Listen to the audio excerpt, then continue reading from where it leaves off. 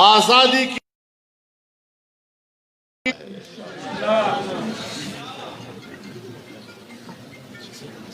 ہم ایسی ماؤں کے گود میں پلے ہیں جہاں خوف کی کوئی ہوا وہاں سے نہیں گزری.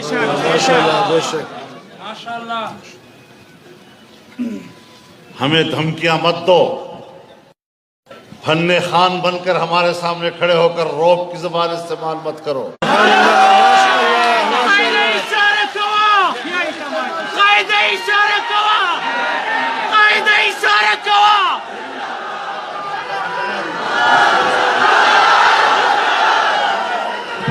للکار ہے للکار ہے للکار ہے للکار ہے للکار ہے للکار ہے.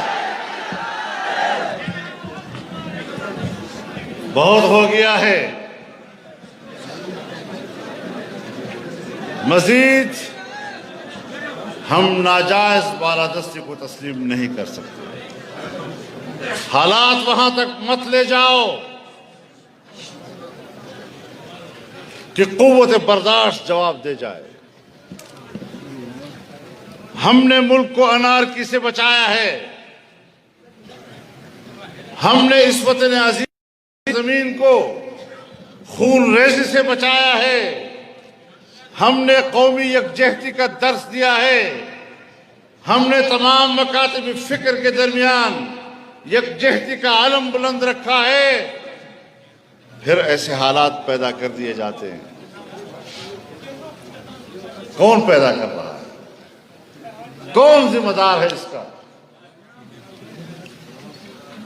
کیا وجہ ہے کہ قانون موجود ہے، آئین موجود ہے، کوئی شخص اگر قانون ہاتھ میں لیتا ہے، اگر آئین ہاتھ میں لیتا ہے، فرض ہے کہ ریاست حرکت میں آئے اور اس ہاتھ کو توڑے. لیکن یہاں پر ایک فرقے کے مقابلے میں دوسرے فرقے کو لا کر کھڑا کر دیا جاتا ہے. قوم کو لڑاؤ اور حکومت کرو.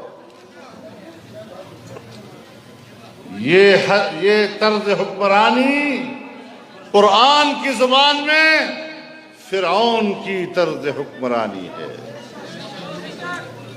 ان فرعون علا فی الارض وجعل اہلہا شیعا. جب فرعون نے تسلط اختیار کیا تو اس نے زمین پر رہنے والوں کو آپس میں تقسیم کر دیا. یہ جو آج کی ہماری پاکستان کی طرز حکمرانی ہے یہ انگریزوں کی وراثت ہے. انگریز بھی لڑاؤ اور حکومت کرو کہ فلسفے پہ عمل کرتا تھا. ہماری تحریک ان روایات کا خاتمہ ہے. ہماری تحریک اس طرز حکمرانی کا خاتمہ ہے. یہ ہماری فراخ دلی ہے، یہ ہماری برداشت ہے.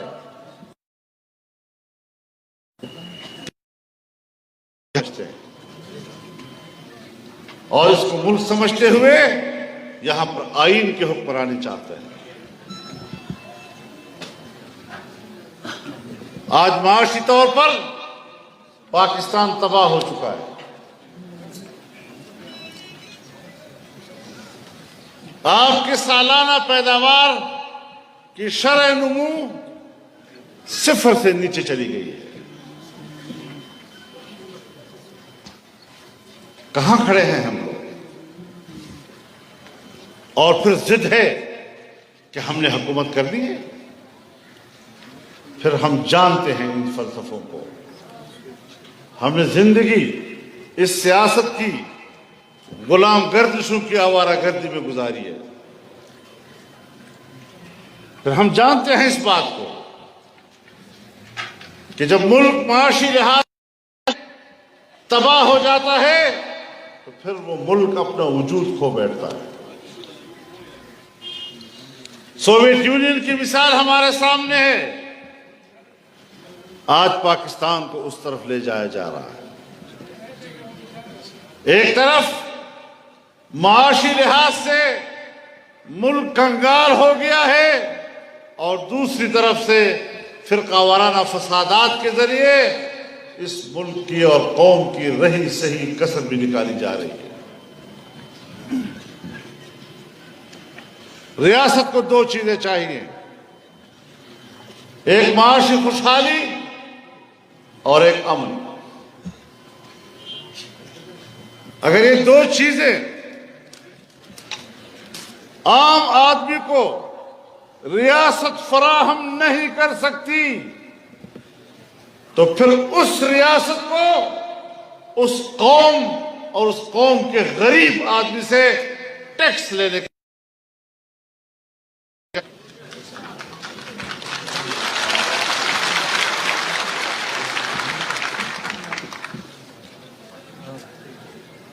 کہتے ہیں لوگ ٹیکس ادا نہیں کر رہے، ٹیکس کس کو دے؟ ایسے حکمرانوں کو کہ جو قوم کے پیسے کو علل و تلل میں خرچ کر دیتے ہیں،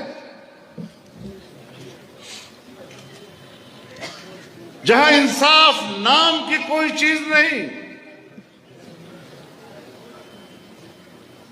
جہاں صرف مجرم کہا جاتا ہے، ارباب اقتدار عیاشیاں کرتے ہیں، طاقتور لوگ احتساب سے محفوظ اور حزب اختلاف کے لوگوں کو احتساب کے نام پر انتقام کا نشانہ بنایا جاتا ہے، تو اس طرح پھر ملک نہیں چلا کرتے۔ سیاستدانوں کو بلیک میل کیا جاتا ہے۔ میں کہتا ہوں سیاستدان اس وقت تک چوری نہیں کر سکتا جب تک بیوروکریسی کا تعاون اس کو حاصل نہیں ہوتا۔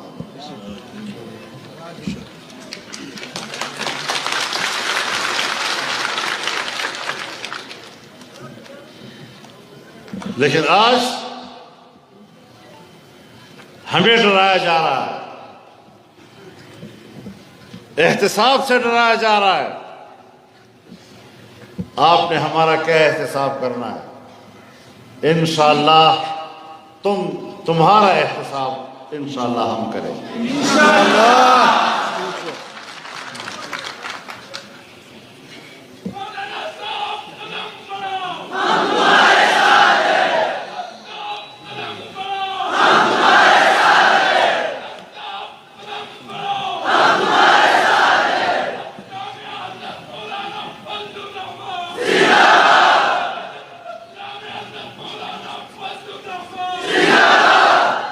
عجیب صورتحال پیدا ہو گئی ہے،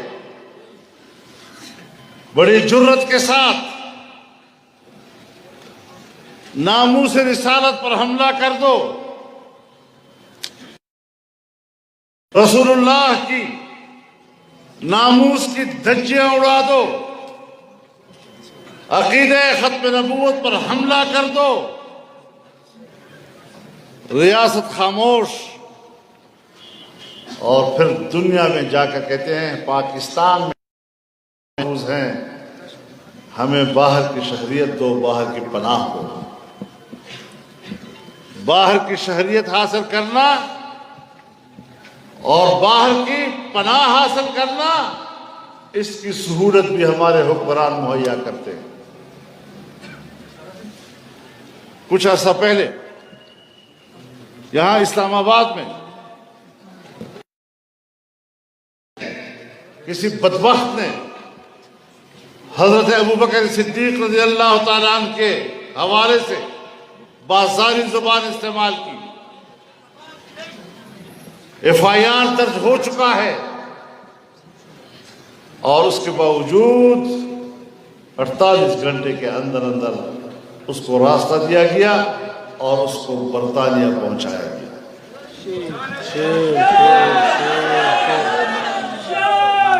تو ایسی صورتحال میں آپ بتائیں، ان کے بڑے کہتے ہیں کہ ہم نے تو اس کی تقریر پر پابندی لگائی تھی، اس کی تقریر کرنے کی اجازت کس نے دی؟ کیا کیا سوالات اٹھ رہے ہیں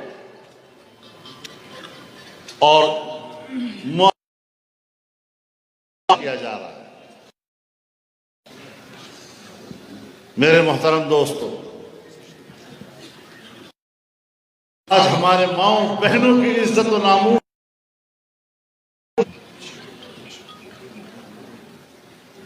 ابھی چند روز ہوئے پاکستان ایک خاتون کے ساتھ ہونے والی زیادتی کا چرچا ہے، لیکن آپ کو معلوم ہے کہ صرف گزشتہ ایک سال کے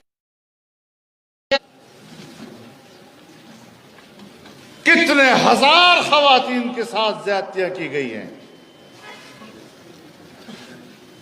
کتنوں کو قتل کیا گیا ہے۔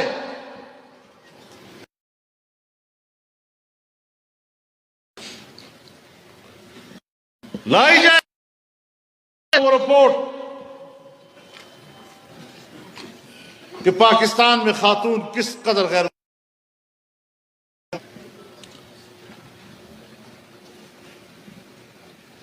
رہی صحیح کسر فرقہ وارانہ فسادات کے ذریعے نکال دیں۔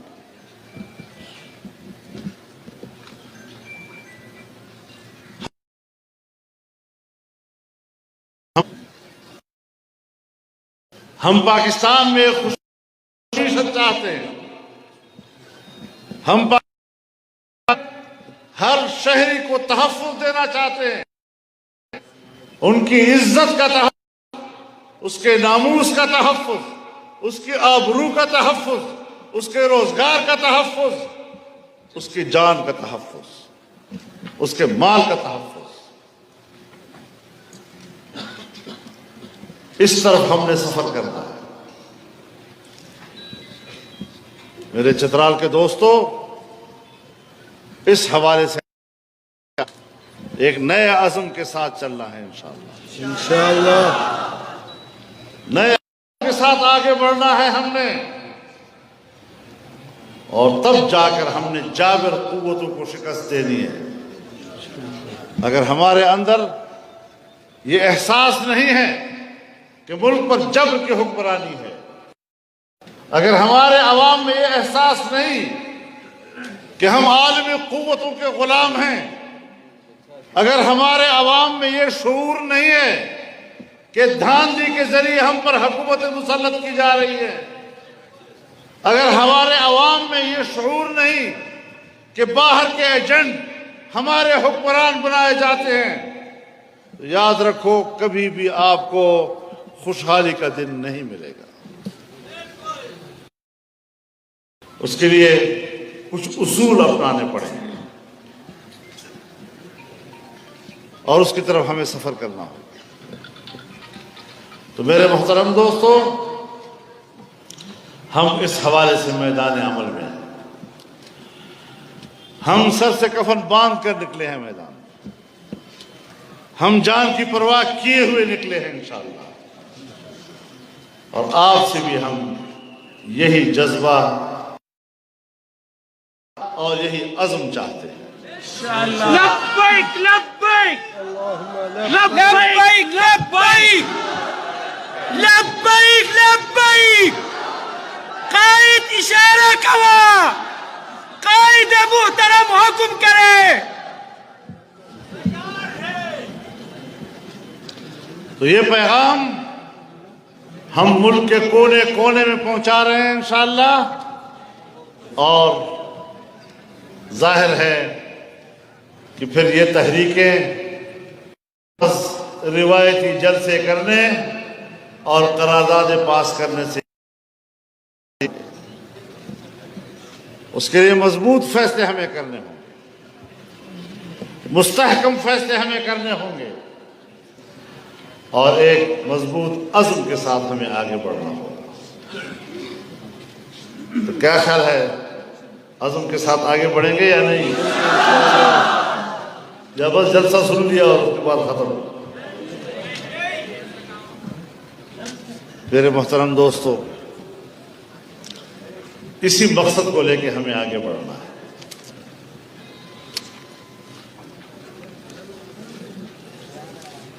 پاکستان میں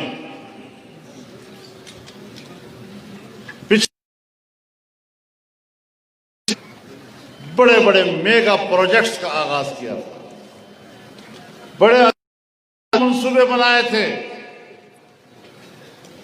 لیکن اس حکومت نے سب ختم کر دیے۔ چترال کے لوگ اور دیر کے لوگ تو کہتے ہیں نا جی کہ ہمارا سی پیک کدھر گیا؟ وہ جو بند رہا تھا وہ رک گیا ہے۔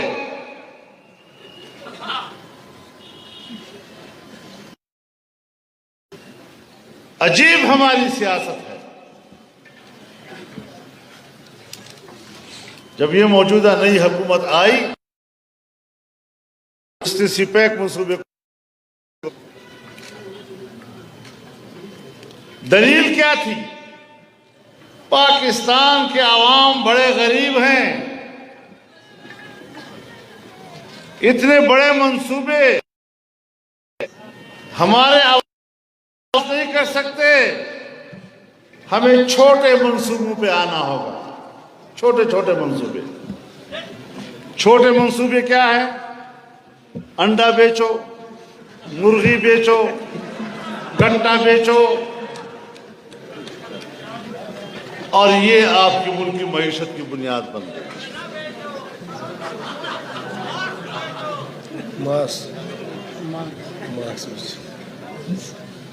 اور جب کرونا آتا ہے تو کہتے ہیں ماسک بیچا جائے۔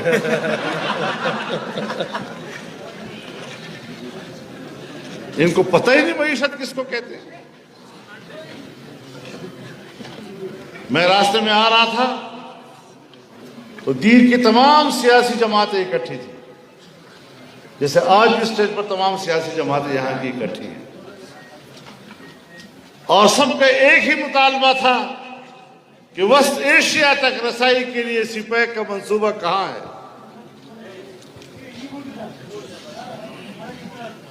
انشاءاللہ ایسے بڑے منصوبوں کے لیے کہ جس سے عام آدمی کی ترقی کی راہیں کھلتی ہیں،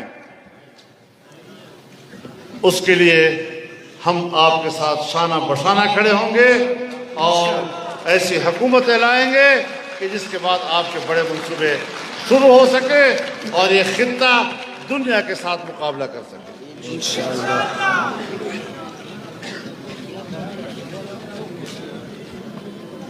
آج کیا صورتحال ہے؟ آپ کی معیشت ایک زمانے میں مضبوط تھی، ہندوستان میں بی جے پی کی حکومت تھی اور اس کا وزیر اعظم پاکستان میں آیا، مینار پاکستان پر کھڑا ہوا اور کہا میں پاکستان کو اپنا مستقل پڑوسی تسلیم کرتا ہوں۔ وہ آپ سے تجارت کرنا چاہتا تھا۔ آج بھی وہاں بی جے پی کی حکومت ہے۔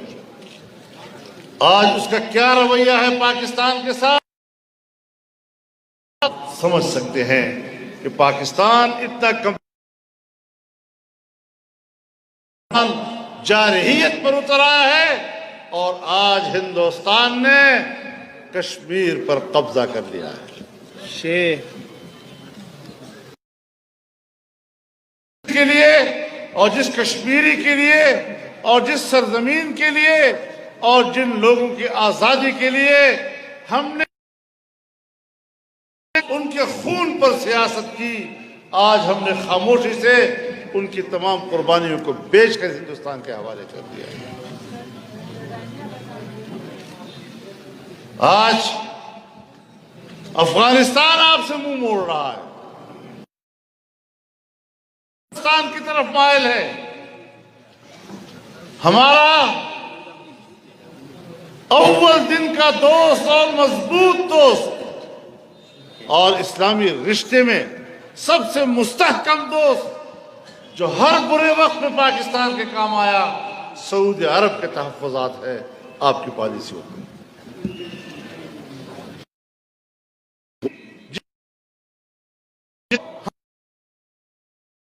گہری ہمالیہ سے اونچی اور شہد سے میٹھی دوستی کہا کرتے تھے، آج اس طرح کا دوست چائنا پاکستان کے بارے میں تحفظات رکھتا ہے۔ ہم نے کسی کو اپنا چھوڑا؟ کون سی خارجہ پالیسی؟ ہندوستان کشمیر پہ قبضہ کر رہا ہے، اس کی خصوصی حیثیت کو ختم کر رہا ہے، اس کا پرائم منسٹر اور اس کا وزیر خارجہ پوری دنیا گھومتا ہے، ایک ایک ملک پہ جا کر اپنا موقف دے رہا ہے، اور ہمارے ملک کا جو نامزد قسم کے لوگ ہیں، غیر منتخب جبری قسم کے حکمران دفتر میں بیٹھ کر ٹیلی فونیں کرتے ہیں، ٹیلی فونوں پہ خارجہ پالیسی چلتی ہے، ٹیلی فونوں پر اپنے ملک اور قوم کے مقدمے لڑے جاتے ہیں۔ ایسے بے حس لوگ جو آپ پر مسلط ہیں، ان بے حس لوگوں سے اپنے ملک کو نجات دلانی ہے۔ تو میرے محترم دوستو، انشاءاللہ العزیز یہ ساری صورتحال ہمارے نظر میں ہے۔ پاکستان کی خارجہ پالیسی ہو، داخلہ پالیسیاں ہوں، معاشی پالیسی ہو، امن و امان کی پالیسی ہو، قومی وحدت کی پالیسی ہو، یہ تمام معاملات ہمارے نظر میں ہونے چاہیے، اور قومی سطح پر ہمیں ایک انقلاب برپا کرنا ہوگا۔ ہمیں عام روایات سے ہٹ کر اب فیصلے کرنا۔ انشاءاللہ ہم قدم رہیں گے۔ میں چونکہ کافی عرصے سے عرصے کے بعد یہاں آیا ہوں، میرے 8-10 سال پہلے میرے ساتھ سٹیج پر ہوتے تھے، چلے گئے ہیں۔ ہم سب ان کے لیے دعائیں مغفرت کریں، ان کے خاندانوں کے ساتھ میں ہمدردی کا دعا ہے کہ ان کی تمام زندگی کی محنتیں اللہ قبول فرمائے۔ آپ حضرات جلسے میں آئے ہیں، دور دور سے آئے ہیں، اور پہاڑوں کے سفر طے کر کے آئے ہیں۔ آپ کی اس تشریف آوری پر میں آپ کو شکر گزار ہوں۔ تمام سیاسی جماعتوں کے یہاں ذمہ داران، مختلف اور مذاہب کے یہاں نمائندے آئے ہوئے ہیں، میں سب کو خوش آمدید کہتا ہوں، ان کی تشریف آوری کو نیک فال سمجھتا ہوں۔ اللہ تعالی ہمیں ہمارا ملک خوشحال اور عام آدمی کو اللہ تعالی خوشحالی کی زندگی اللہ نصیب فرمائے۔ آپ سے اجازت چاہوں گا۔ وآخر دعوانا